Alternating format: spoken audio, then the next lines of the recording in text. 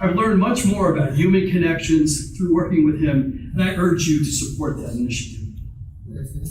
The MLIFE Foundation is doing amazing things with such diverse populations, and it needs your generous support. Hello. Variako, I should say, to all the Kenyans here. I'm honored to be here today in support of the MLIFE Foundation on a special occasion of the 5th anniversary of the foundation. I'm also ecstatic that Mwangi Mukambi asked me here today to talk about our relationship over time and to put our decades of work with youth and the disenfranchised into perspective here as we chart the course of what is possible for MLIFE. It's also just past Mwangi's birthday and charities as well, so we wish them a happy birthday. And Mwangi and I have done so much work with Martin Luther King Africa Foundation, so I'll talk a little bit about that in a bit. But Martin Luther King Jr. was inspired by the writings of Thomas Paine, a revolutionary who lived in groundbreaking times. And King was driven by Paine's writing that we have it in our power to begin the world all over again.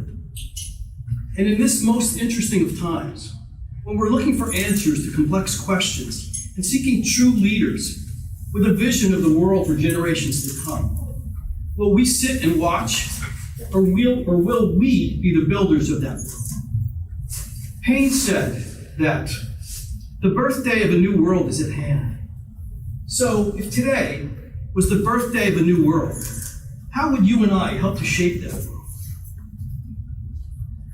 When I was a younger man, I had an epiphany. There were so many enlightening experiences that happened at the time. I found new eyes that I didn't know I had, real eyes, ones that could see the energy between us and the innate connection in our humanity. I learned then that the simplest things are the hardest to realize. Simple notions, peace, love, community, common purpose, understanding, empathy. You know, we've been successful in taking on the most difficult of issues, scientific problems. Yet when it comes to the simple notion of developing our most precious resource, our young people, we fail miserably in our society. It takes trusted leadership. It takes experience, know-how, interest, and care. And when I think of leadership, I think of Moses Mwangi Mukambi, whom I met probably close to 2 decades ago. To be honest, if the biblical Moses was the leader of a people, our Mwangi is the leader of 2 peoples. One here in San Francisco, and the other thousands of miles away in Kenya. So Moses is truly, certainly an appropriate name. I learned firsthand of Mwangi's leadership capabilities early on in Nairobi, and you mentioned some of that. I found myself in a difficult position of being a Mzungu in a key leadership position in the civil society of Kenya as the CEO of the NGO Council. That job was the most challenging organization I've ever been involved with. And it was a time of desperation and change. Half the people of Kenya were living on the equivalent of less than $1 a day. We have 4,000 NGOs, and many of those would have been considered community-based organizations here had never received any donor funding.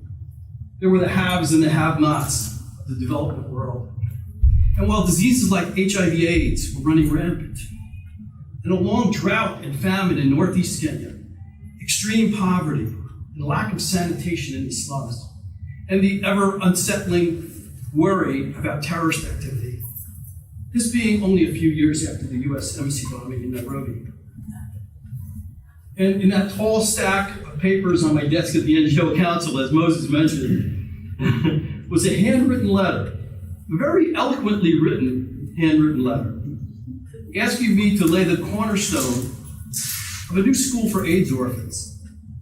I'm not sure what stood out to me at the time. Was it altruism? Was it the way the letter was written? Was it a sense of possibility? Or why I chose this activity and this pile of things to do, but I decided to give it a go. And many of you have taken up causes, like here at MLIFE. And while what motivates us varies, we trust in our instincts, and we believe in people, who they are, and in their ability to achieve. Now, I had absolutely no idea what I was getting into with this journey. I drove 3 hours. The roads were so bad. It was a true Kenyan expedition. And when I arrived, I sat there and had tea with a young man who greeted me. He looked like he was 16, and probably was. And that young person was and still is Moses Mwangi. He calmed me down after my arduous journey, and he was very thankful that I had made the trek outside of Nairobi. Then he showed me around, and I was in awe. Everything was so well organized, like tonight. It was nothing like I had seen in Nairobi in the hundreds of official meetings. And I thought to myself, how did this young person become so knowledgeable and skilled and savvy? I mean, he had tents for the press, he had flowers at the table, all the programs were printed in there, everything was perfect. And then I learned about his upbringing, how he was discovered in the slums, largely because of the education that his mother had given him. And he had become the spokesperson for youth, the president of the children's cabinet. He started the youth parliament in Kenya. His amazing journey at such a young age. A few months later, I met Mwangi at Bomas, which was the Kenyan Constitutional Convention. He was the only one under 25 participating in that convention. And he represented the youth of Kenya very admirably. And then afterwards, Mwangi told me about the MLK Africa Foundation that he had started. And he soon asked me to be on his board for the foundation. And a mentoring relationship ensued. But even though he was a teenager, at times I wasn't sure who was the mentor and who was the protege. I really don't. I've learned so much from Mwangi over the years.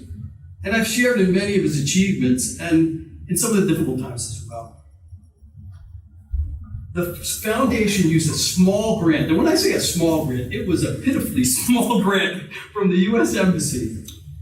And with some connections on our side to the training materials from the MLK Center in New York, we were able to train 1,400 Kenyan youth in nonviolent social change. And those trainees sprang into action a few years later in the wake of the 2008 election and the violence that ensued. A few lost their lives fighting for what they believed in. A path to change that used weapons of education, not of destruction.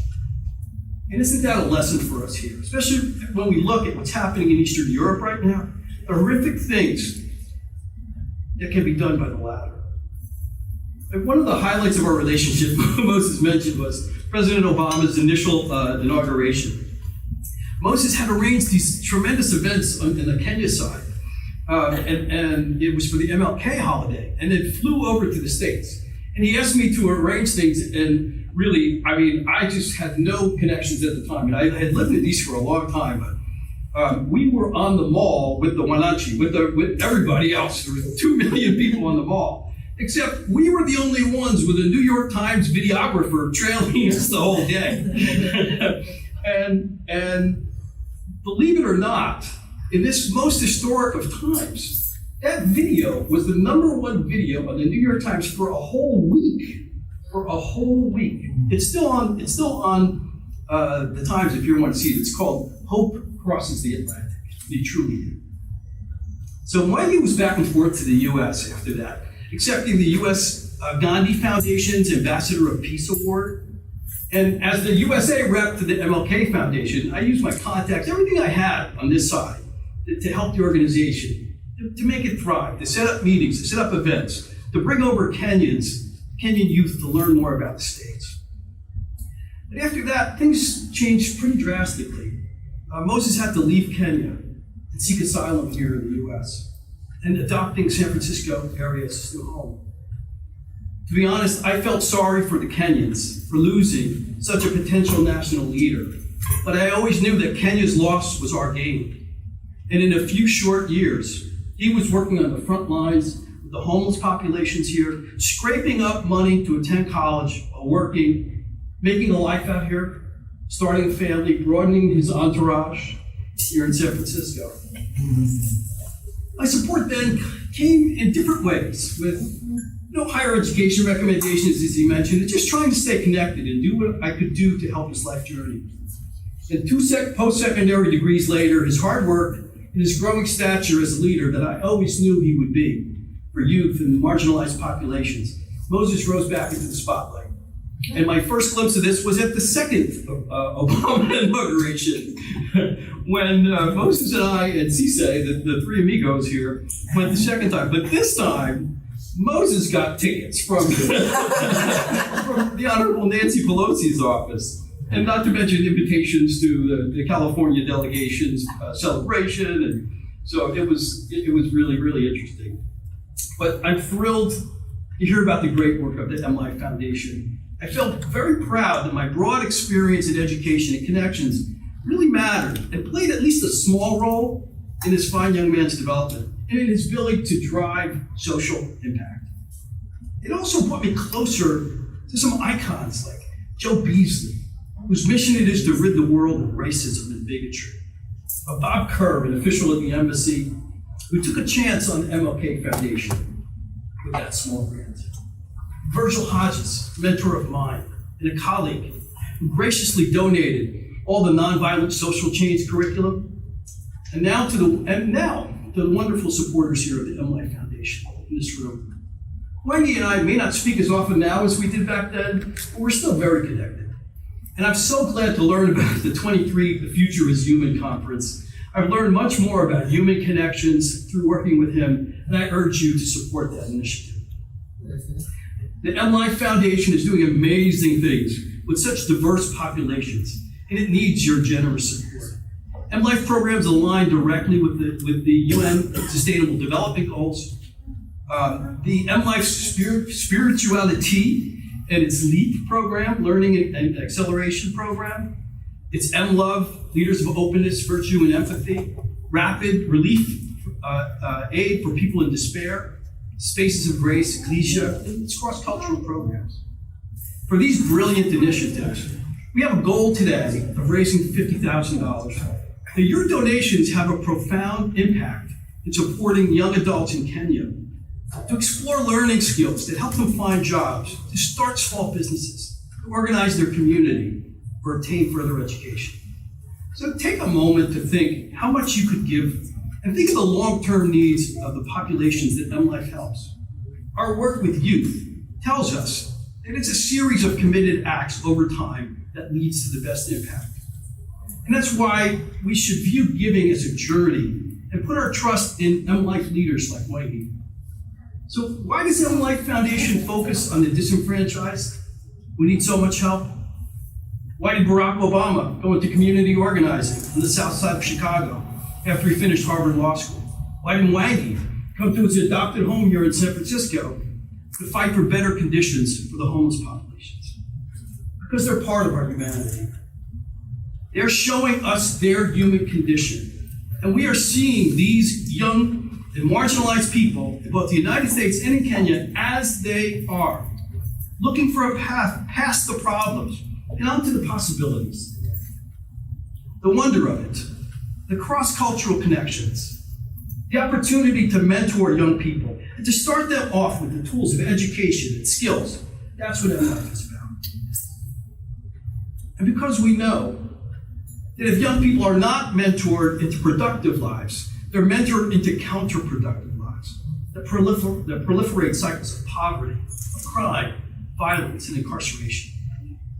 I spent many years in youth training and development, and we need sustained resources over time. Impact best occurs when we invest long-term in solving the problems.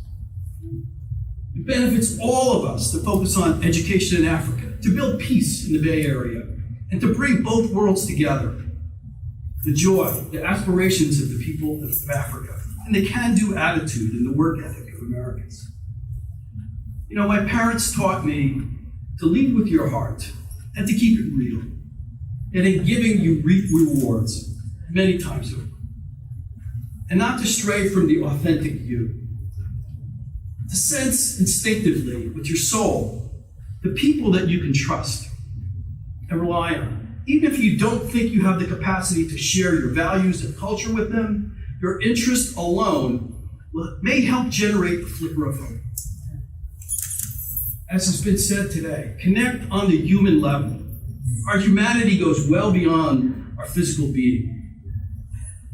in its strengths and in its frailties, when we share with the marginalized, when we work towards Martin Luther King Jr.'s beloved community, we share with our spirits without pretenses and develop a culture of caring and understanding. Yes. Dude. So let's celebrate today's birthday of a new world. Yes. Let's bring gifts of ideas, of talents, of energy, and sustain resources today to MLIFE. Let's open our hearts and provide the long-term support that trusts in the leadership of Mwangi and the talented people of the MLIFE Foundation. Yeah. Trust in your shared values with the MLIFE Foundation. Engage yourselves deeply with the ups and downs of working with youth, education, peace building. Light that flicker of hope in the hearts and minds of young people and let it glow. Join with MLIFE in helping to change young people's lives. We can't promise that everything will be rosy, but it's in demonstrating our humanity that we grow. And through the eyes of the young people that we help, that we can see with our own real eyes. Thank you.